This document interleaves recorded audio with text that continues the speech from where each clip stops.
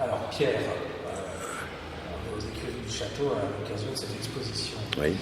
Parlez-nous de cette forme d'art abstrait, de la peinture géométrique, de l'art plastique géométrique. Comment est-ce que vous êtes venu à cet art géométrique? Qu'est-ce qui l'inspire en vous et qu'est-ce que vous attendez qu'il suscite chez les visiteurs? Alors, comment j'y suis venu, j'ai été très influencé par mon frère, qui est artiste plasticien aussi, et qui, lui, est diplômé des Beaux-Arts, qui expose aussi un peu partout. Il a exposé à Londres, Boston, New York, le rez-de-chaussée à Nantes, enfin bon. Donc j'ai une grosse influence par la culture, comme il est plasticien aussi, c'est normal. Parce qu'il me montrait, parce qu'il m'apprenait. Et puis, il y a 6-7 ans, je me suis dit, pourquoi pas moi? Alors, j'ai d'abord commencé avec acheter des petites toiles, des petites couleurs, et puis mettre mes mains partout. Voilà, j'ai commencé à mettre des mains partout, les mains bleues, les mains rouges, les machins. Et au fur et à mesure, là c'était un essai, le plaisir de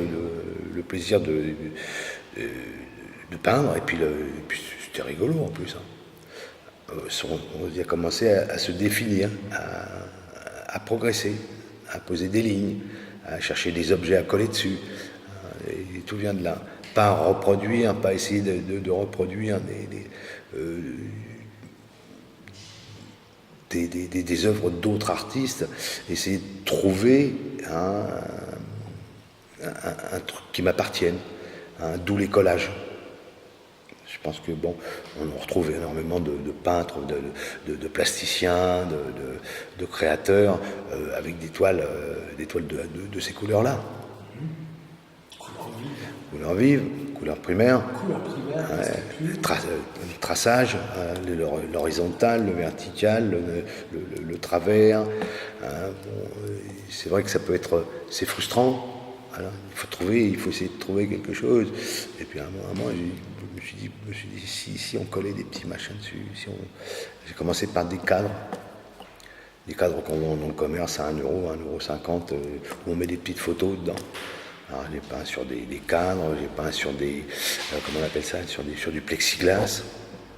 Et au fur et à mesure, il y a une toile là, une grande toile, qui s'appelle Delta, où il y a encore mon vieux, bon, on ne peut pas dire vieux, mon ancien travail, quoi, où il y a une main, il y a un triangle en bois, et un collage de plexi, du plexi peint.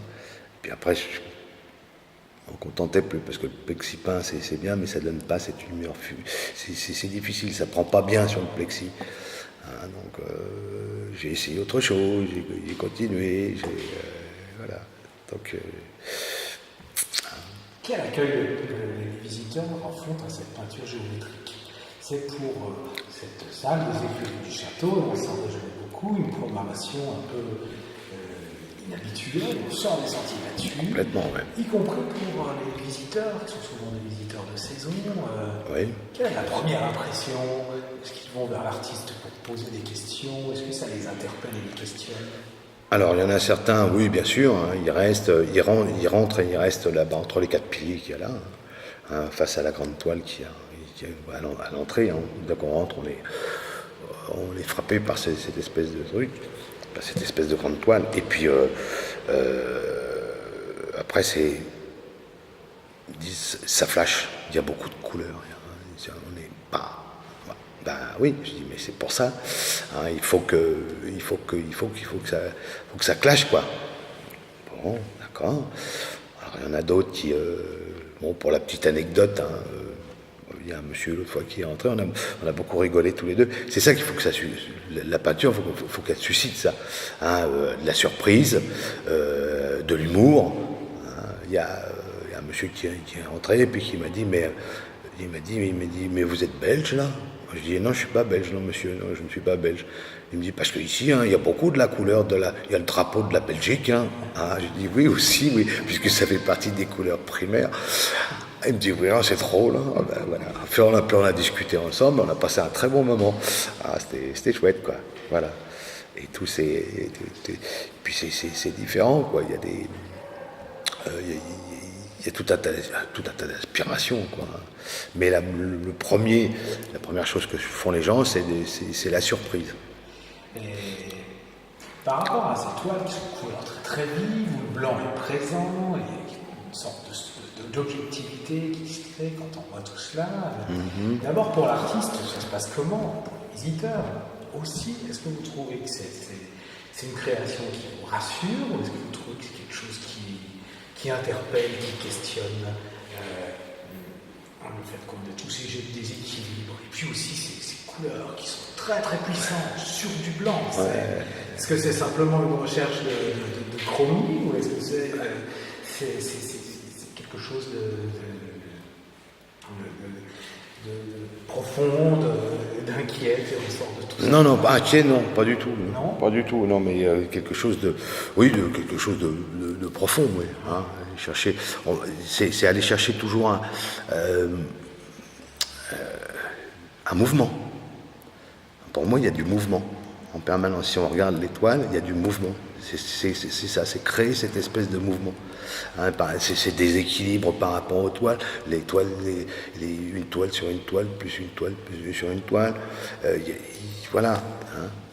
Et puis créer la curiosité, le déséquilibre aussi, parce qu'il y a des moments, il y a des collages qui sont faits dessus, il y a des sphères en plastique, voilà. C'est créer la surprise. Hein. C'est pour tous ceux qui fréquentent les écuries du château, la surprise, la joie de découvrir une figure artistique nouvelle sur le territoire. Vous vivez à Verchères. C'est ça. Vous êtes peut-être intéressé de nous donner un contact ou une adresse mail sur laquelle on peut contacter l'artiste, ou un numéro. Ah oui, bien sûr, ouais, j'ai ça, ouais. Ah, je le dis là. Oui, peut-être une adresse mail. Mon adresse mail, c'est pierrejouot1998 @gmail.com. Voilà. Merci beaucoup, Pierre. Voilà.